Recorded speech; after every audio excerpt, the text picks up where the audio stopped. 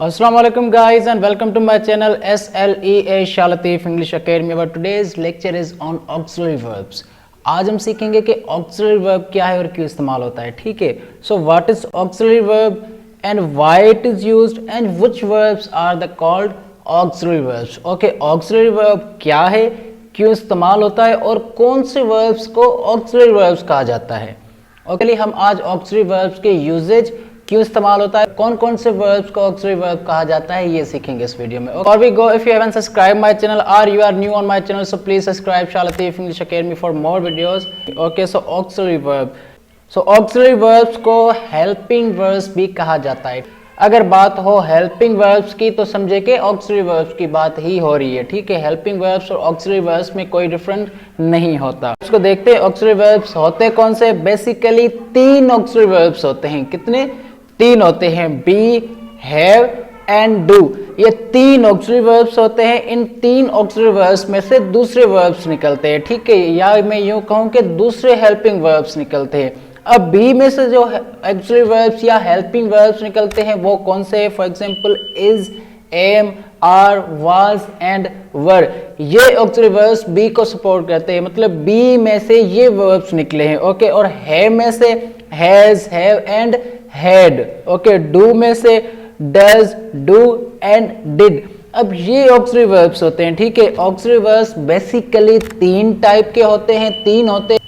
उन 3 auxiliary verbs में से दूसरे ऑक्सिलरी वर्ब्स निकलते हैं. ओके, इज एम आर क्या है? ये प्रेजेंट कंटिन्यूस के लिए होता है. इज एम आर देखते ही हम समझ जाते हैं कि प्रेजेंट कंटिन्यूस के लिए इस्तेमाल होता है. ठीक है, और वाज वर जो इस्तेमाल होता है वो पास्ट कंटिन्यूस के लिए. ओके, हैव और हैज इस्तेमाल होता है परफेक्ट के लिए. हैड जो है इनका पास्ट है. डज और डू इस्तेमाल होता है प्रेजेंट के लिए. डिड इनका पास्ट है. ओके, अब इज एम आर क्या है? पहले इनमें थोड़ा डिफरेंशिएट करते हैं, समझते हैं कि इज इस्तेमाल क्यों होता है, आर इस्तेमाल क्यों होता है, एम इस्तेमाल क्यों होता है, और जो ये सारे वर्ड्स मैंने आपको बताए ये किन के लिए इस्तेमाल होते हैं? सिंगुलर के लिए, प्लूरल के लिए. सो इज इस्तेमाल होता है सिंगुलर के लिए, जैसे कि ही, शी, इट या any singular name.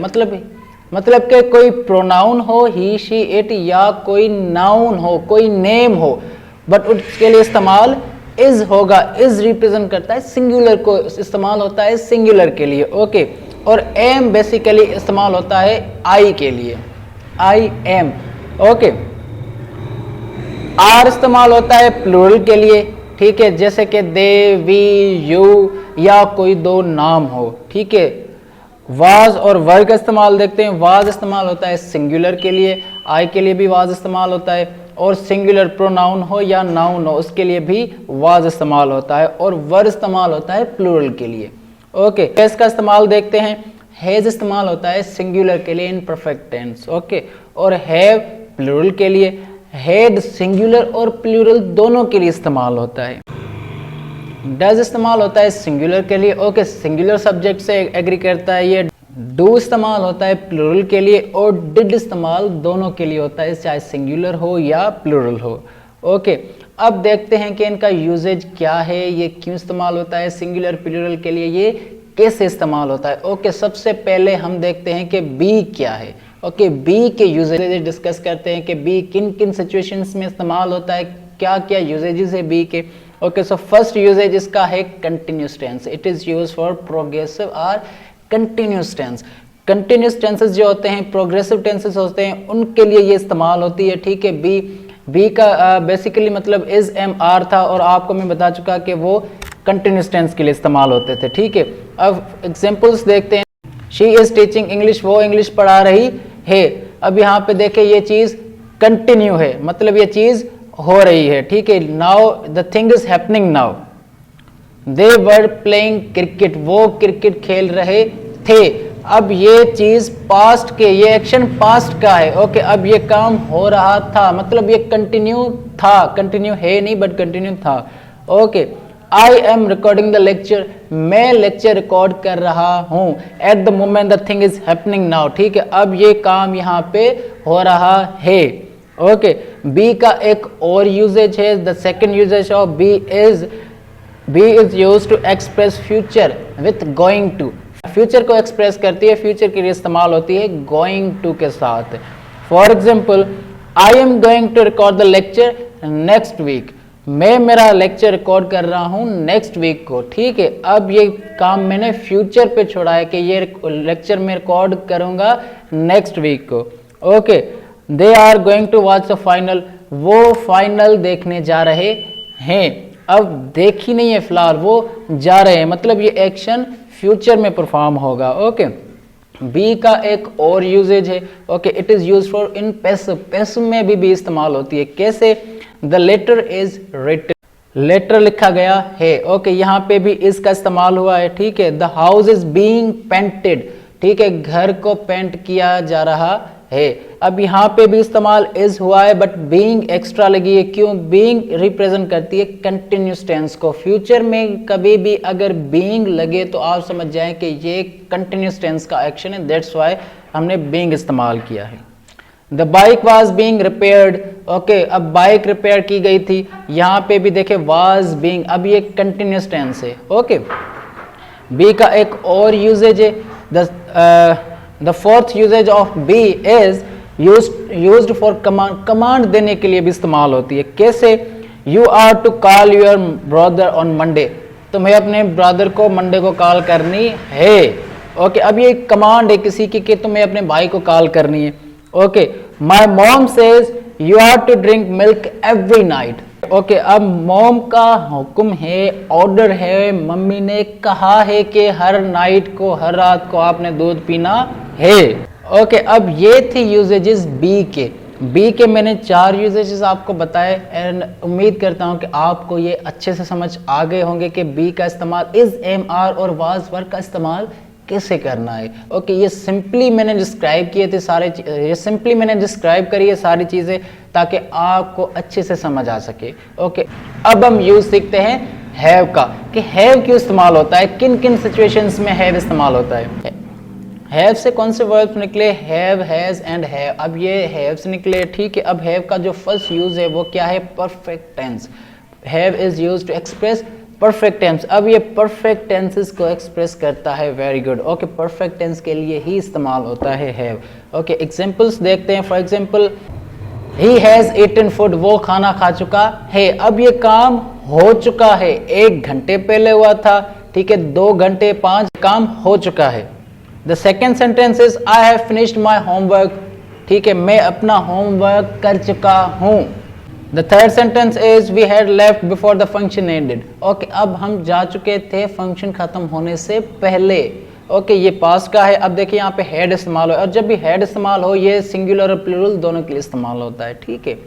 Have sentence number 4, I will have arrived by afternoon, ठीक है, मैं आफ्टरनून तक अराइव कर चुका होऊंगा। अब ये फ्यूचर परफेक्ट है, ठीक है, will have.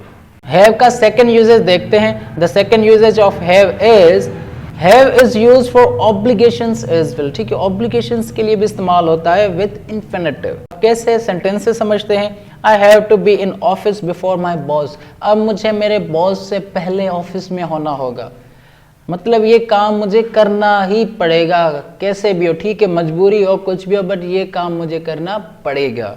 Okay, she has to come school daily, उससे डेली स्कूल आना पड़ेगा। अब चाहे फोर्सफुली टीचर्स फोर्स कर रहे हो उसे, या कोई और वजह हो सकती है, कुछ भी, बट उसे स्कूल डेली आना होगा। Okay, he had to write the letter himself, ठीक है, अब ये काम भी उसे खुद करना होगा। मतलब हैव ऑब्लिगेशंस के लिए इसलिए इस्तेमाल होता है कि यार ये काम मुझे करना पड़ेगा, मुझे ही करना पड़ेगा। ओके, थर्ड यूजेज हैव का क्या है? It is used for perfect continuous, perfect continuous के लिए भी इस्तेमाल होता है हैव, ठीक है। कैसे? सेंटेंसेस से समझते हैं। He has been waiting since 9 o'clock, अब 9 बजे से इंतजार कर रही है, ठीक है। अब देखिए यहाँ पे सिंस और फॉर का इस्तेमाल होता है। सिंस और फॉर में आपने डिफरेंशिएट करना है, ठीक है। सिंस हम वहां पे इस्तेमाल करते हैं जहां पे हमें स्टार्टिंग टाइम पता हो, स्टार्टिंग पॉइंट पता हो कि ये काम वहां से शुरू हुआ। फॉर इस्तेमाल तब करते हैं जब हमें स्टार्टिंग टाइम का पता ना हो, मतलब ये काम हो रहा है 1 घंटे से, 2 घंटे से, 1 साल से, 2 साल से, बट स्टार्टिंग पॉइंट नहीं पता। Okay, sentence number 2, they had been travelling for 2 months। Okay, we will have been working for an hour, हम 1 घंटे से काम कर रहे होंगे। ओके, हैव का फोर्थ यूजेज क्या है? Have is a causative verb as well, have एक causative verb भी है and it is used in causative sentences, causative sentences में इस्तेमाल होता है। हैव causative verbs भी है, ठीक है। causative verbs वो verbs होते हैं, उन कामों के लिए इस्तेमाल होते हैं कि जो कि काम हमारा हो, जब काम हमारा हो बट कर कोई और रहा हो, ठीक है। सेंटेंसेस से समझते हैं इसे। I have my bike repaired, okay, अब मैंने मेरी बाइक रिपेयर कराई है। बाइक मैंने रिपेयर की नहीं बट कराई है, ठीक है। अब ये काम मैंने किसी और से पैसे देके कराया है, किसे कैसे भी, बट ये काम किसी और ने करा है। काम मेरा है, बाइक मेरी है, रिपेयर किसी और ने की है, ठीक है। ठीक है, sentence number 2, she had her hair cut. अब देखे हेयर कट, हेयर कट भी हम बार्बर से करवाते हैं ना, काम हमारा है, कर कोई और रहा है, ठीक है। अब डू का इस्तेमाल देखते हैं कि डू क्यों इस्तेमाल होता है, डू के यूजेजेस कौन से, ओके। अब डू से निकलते हैं वर्ब्स डज, डू और डिड, ठीक है। डू का इस्तेमाल पहले देखते हैं। Do is used in present simple and past simple for negative statements and questions, ठीक है। पास्ट सिंपल में और प्रेजेंट सिंपल में इस्तेमाल होता है नेगेटिव स्टेटमेंट के लिए और क्वेश्चंस के लिए, ठीक है।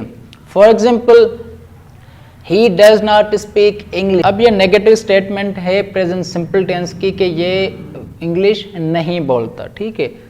I did not speak English, मैंने इंग्लिश नहीं बोली थी। अब ये पास्ट सिंपल का है, डिड, ठीक है। डज या डू का सेकंड फॉर्म होता है डिड, जो कि पास्ट सिंपल में इस्तेमाल हुआ है, ठीक है।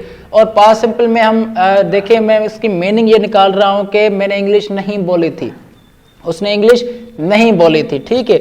अब यहाँ पे मैंने सेकंड फॉर्म इस्तेमाल नहीं किया, क्यों इस्तेमाल नहीं किया, क्योंकि डू खुद वर्ब है और यहाँ पे डिड जो है सेकंड फॉर्म के तौर पे इस्तेमाल हो चुकी है, ठीक है।